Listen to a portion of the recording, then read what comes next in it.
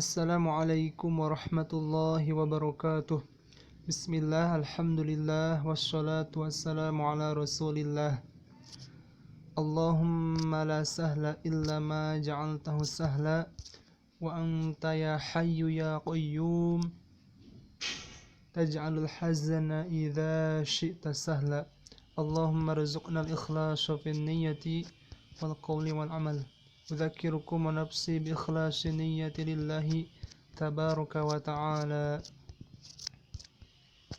Kita melanjutkan pembahasan kitab Nurud Duja min aqidati a'immatil huda.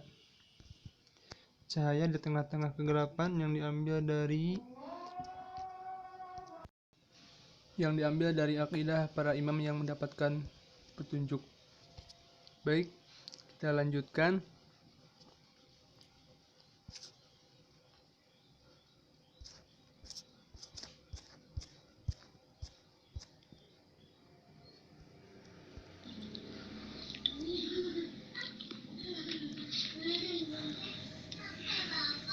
Bismillahirrahmanirrahim. Saya memulai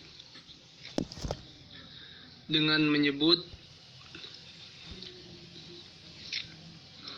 nama Allah yang Maha Pengasih, Maha Penyayang.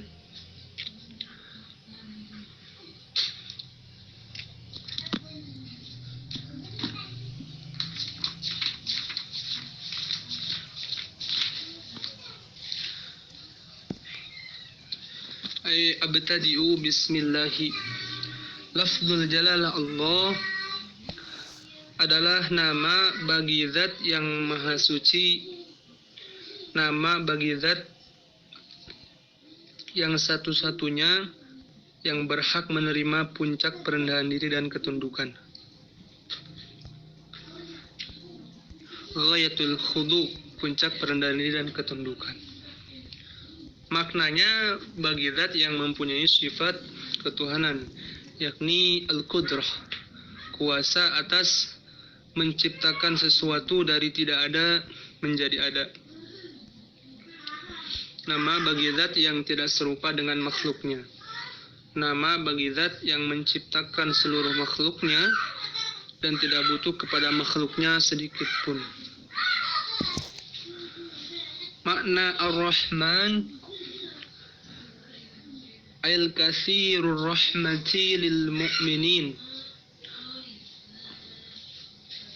wal kafirina fid dunya walil mu'minina fil akhirati.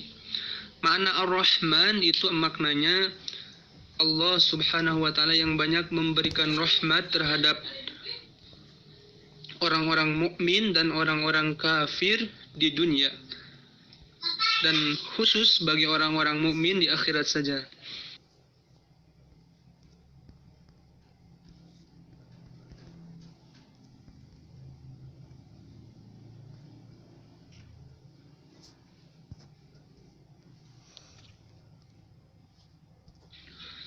Itu makna Ar-Rahman.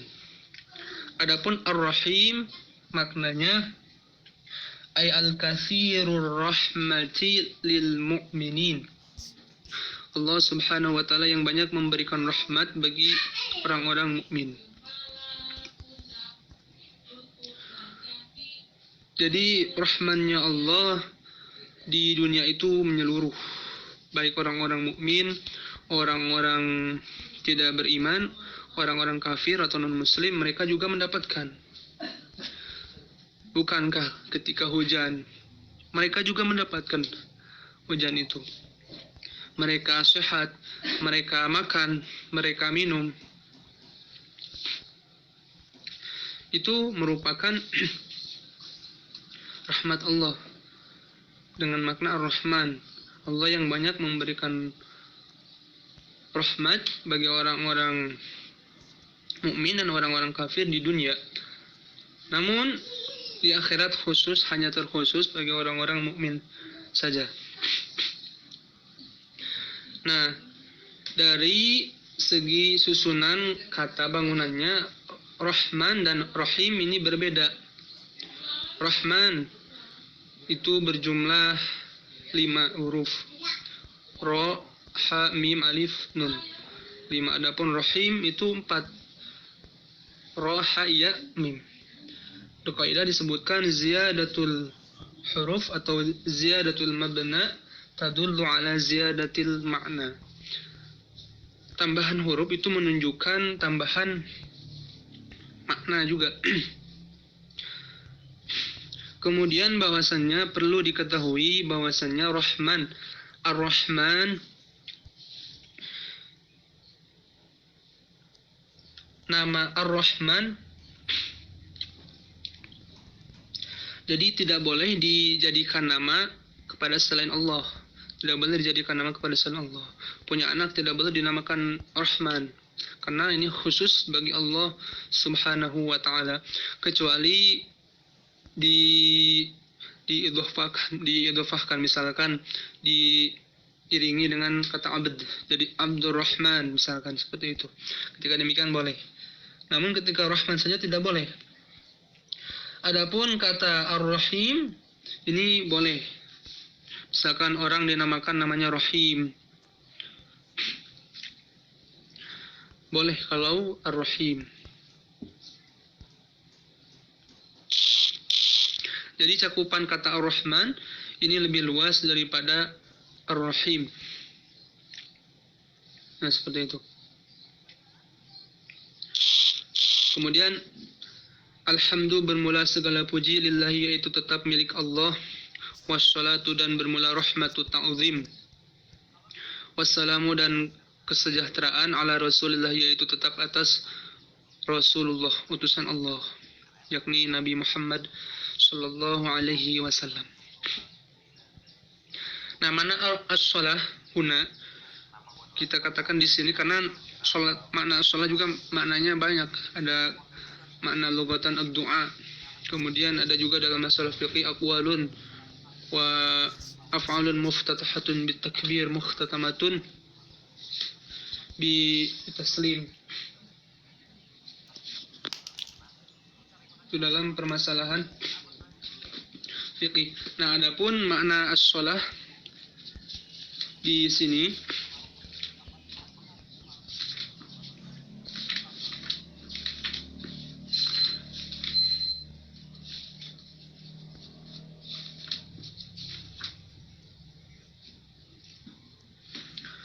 yakni maknanya adalah natlubu minallahi ta'ala ayyazida sayyidana Muhammadan ta'zima.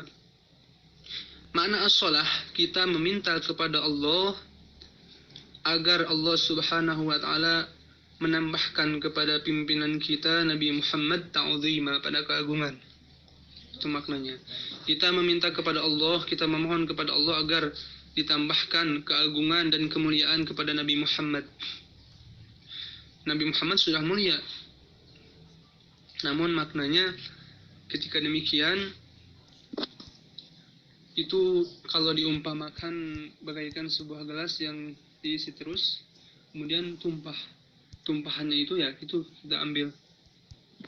Kemudian mana as-salam maknanya adalah natlubu minallahi li rasulihi al-amana mimma yakhafu ala ummatihi.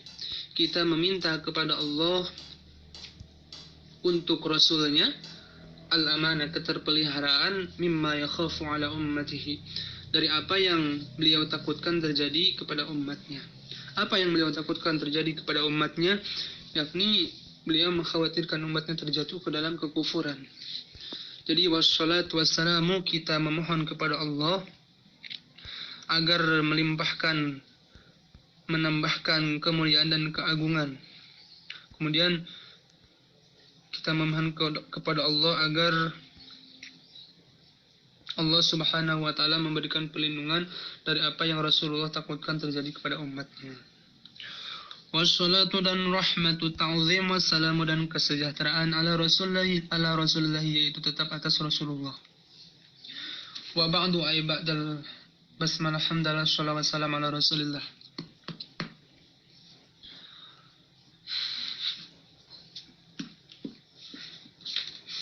Nah, baik, sebelum itu Di sini disebutkan qala Allahu ta'ala, berfirman Allah oleh dia Allah ta'ala, maha suci Allah. Ta'ala maknanya tanazzaha, taqaddasa, maha suci Allah. Kemudian dalam ilmu nahwu disebutkan kullu fa'ilin idza usnida billahi mujarradun anil azminati salasati.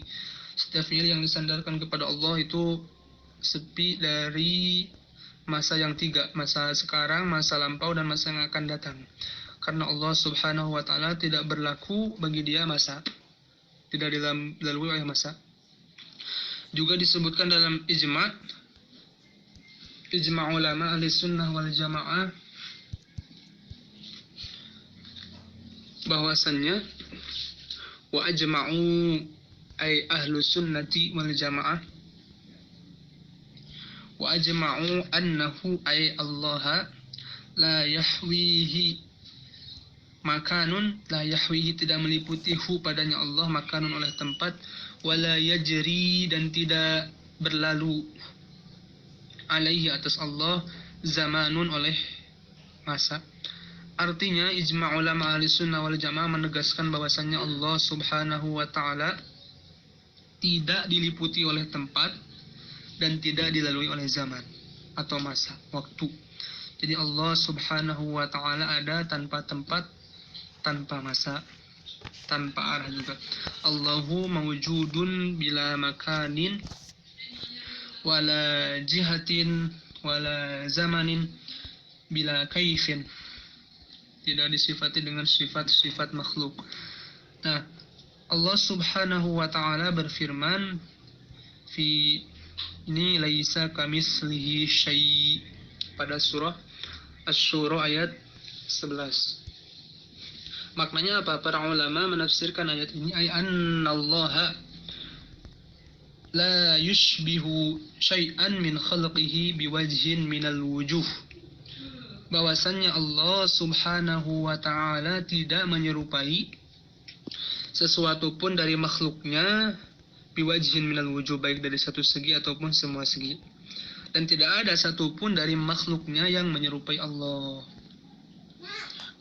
Kalau makhluknya berada tidak seperti itu, tidak bertempat, tidak berada suatu arah.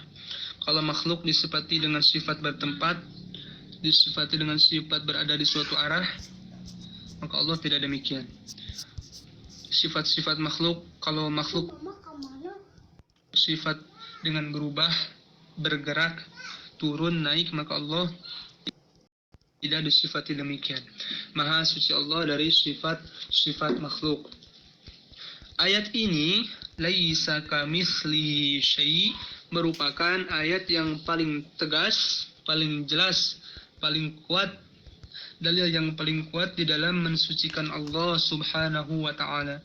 Asrahul adillatin naqliyati, ayat yang paling jelas, dalil yang paling jelas, dalil naqli, artinya Al-Quran dari hadis, ini yang paling jelas. Nah, berikut juga banyak dalil-dalil selain ini. Seperti pada surah Al-Ikhlas, walam yakul lahu kufuwan ahad. Walam yakul lahu kufuwan ahad. Maknanya juga sama juga penegasan bahwasannya Allah tidak serupa dengan makhluknya.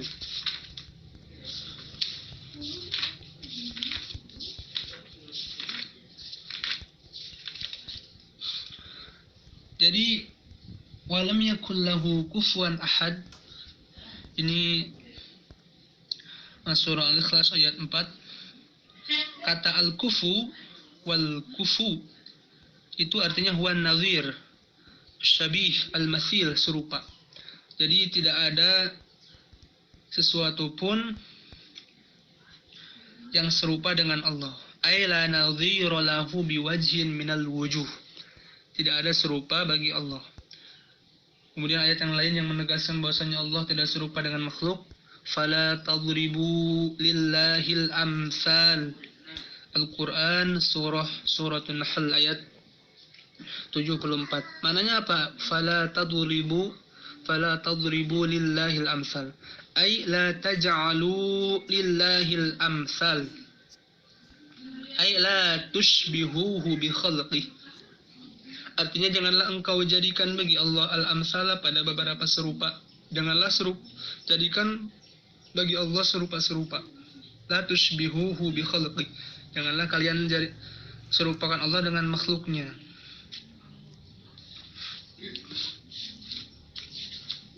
Nah, kembali lagi ke pembahasan yang tadi, bahwasanya pada kata atau pada firman Allah laisa kamitslihi syai', ini merupakan ayat yang paling jelas dalam kitab Allah yang menjelaskan kesucian Allah dari menyerupai makhluknya dengan kesucian yang total.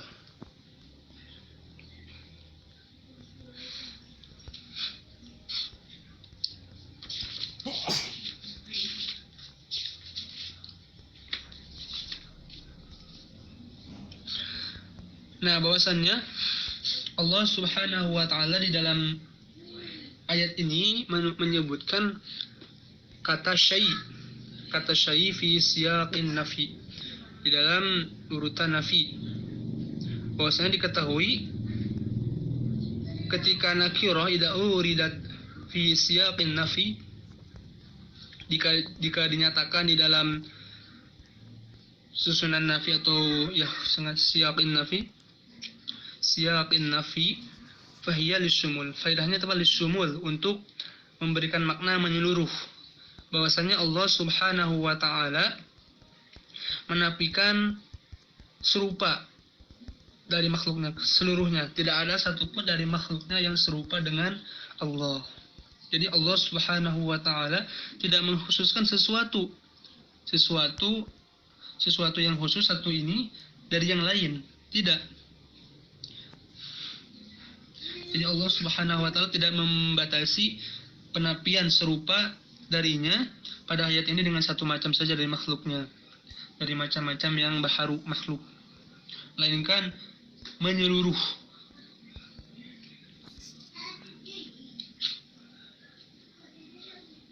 Nah, kita katakan kalau seandainya Allah Subhanahu wa taala adalah jisim, maka niscaya akan banyak serupa bagi Allah. Karena Allah Subhanahu wa taala tidak serupa, Allah Subhanahu wa taala bukan jisim. Baik, selanjutnya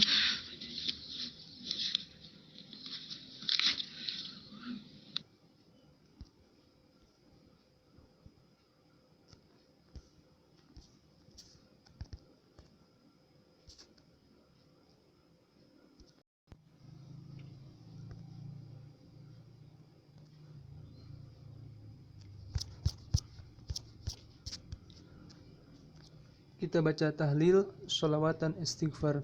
La ilaha illallah, Allahumma sholli ala sayyidina Muhammad wa ala alihi wa sahbihi wa sallim. Rabbighfirli wa liwalidayya wa lil mu'minina wal mu'minat walhamdulillahi rabbil alamin. Barakallahu fikum.